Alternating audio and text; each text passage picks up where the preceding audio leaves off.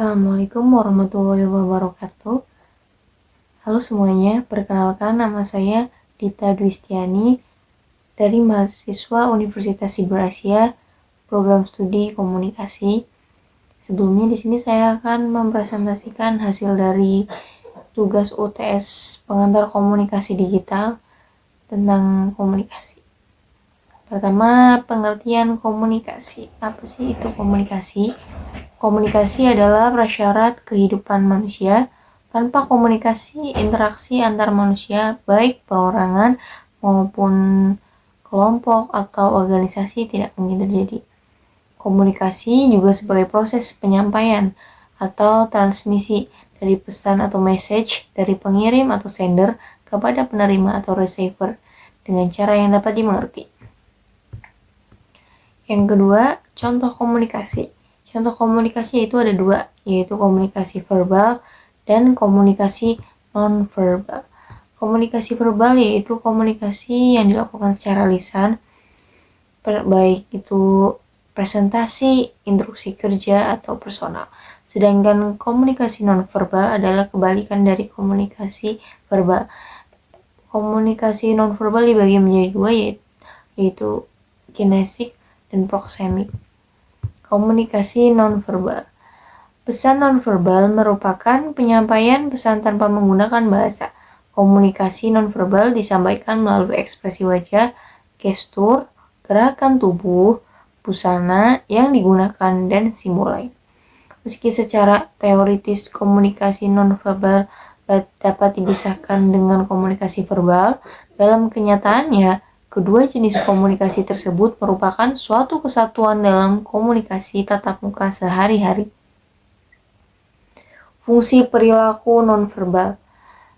1. Mengulangi perilaku verbal. 2. Memperteguh atau melengkapi perilaku verbal. 3. Menggantikan perilaku verbal. 4. Perilaku nonverbal dapat membantah atau bertentangan dengan perilaku verbal. Komunikasi nonverbal dalam pembelajaran jarak jauh atau PJJ. Dalam pembelajaran jarak jauh, peran pesan nonverbal lebih rumit dan sering terbatas karena faktor teknologi seperti contohnya kamera, kualitas video, gangguan sinyal atau jaringan, yang lalu sulitnya menangkap ekspresi muka atau bahasa tubuh dapat menyebabkan kesalahpahaman atau hilangnya konteks emosional. Selanjutnya, kontak mata atau perubahan postur tubuh yang menunjukkan pemahaman atau kebingungan umpan balik nonverbal menjadi tidak langsung dan terhambat. Lalu, kualitas video yang buruk dapat merusak kredibilitas pengajar yang dibangun melalui postur dan kontak mata. Praktik komunikasi nonverbal yang baik dalam pembelajaran jarak jauh atau PJJ. Yang pertama, kontak mata. Lihat ke kamera saat berbicara, bukan ke gambar diri sendiri untuk mensimulasikan kontak mata. Yang kedua, ekspresi wajah. Gunakanlah ekspresi yang lebih ekspresif dan bervariasi dari biasanya untuk mengkompensasi keterbatasan visual. Yang ketiga, gestur. Gunakan gerakan tangan yang jelas dan berada dalam bingkai kamera untuk menekankan poin. Lalu, paralinguistik. Atur kecepatan nada dan volume suara atau variasi dan gunakan jeda pause strategis untuk menjaga perhatian. Yang kelima, ada pencahayaan dan latar belakang. Pastikan pencahayaan yang baik atau menghadap sumber cahaya dan latar belakang yang rapi atau netral. Komunikasi yang baik dan efektif. Proses informasi yang memenuhi dua kriteria utama. 1. Akurasi dan kejelasan. Pesan jelas, mudah dipahami, dan diterima sesuai makna yang dimaksudkan atau tidak ada distorsi.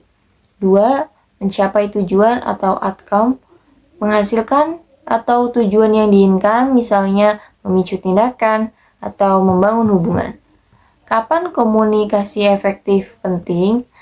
Saat pengambilan keputusan, saat konflik atau negosiasi, saat memberikan instruksi atau umpan balik, dan saat membangun dan memelihara hubungan.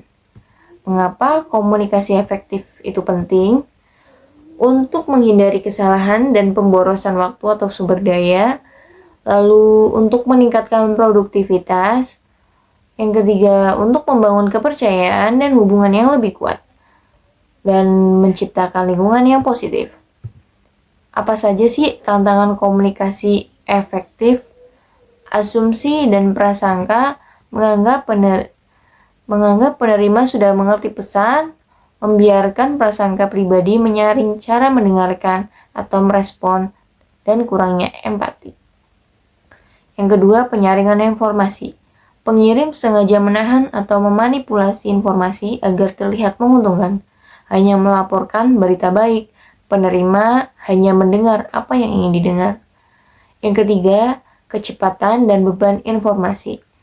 Jumlah informasi yang berlebih dan kecepatan tinggi membuat pesan penting terlewat atau gagal diproses dengan benar. Yang keempat ada result and impact.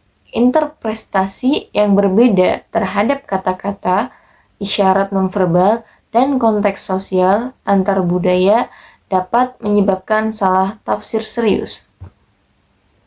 Terima kasih. Wassalamualaikum warahmatullahi wabarakatuh.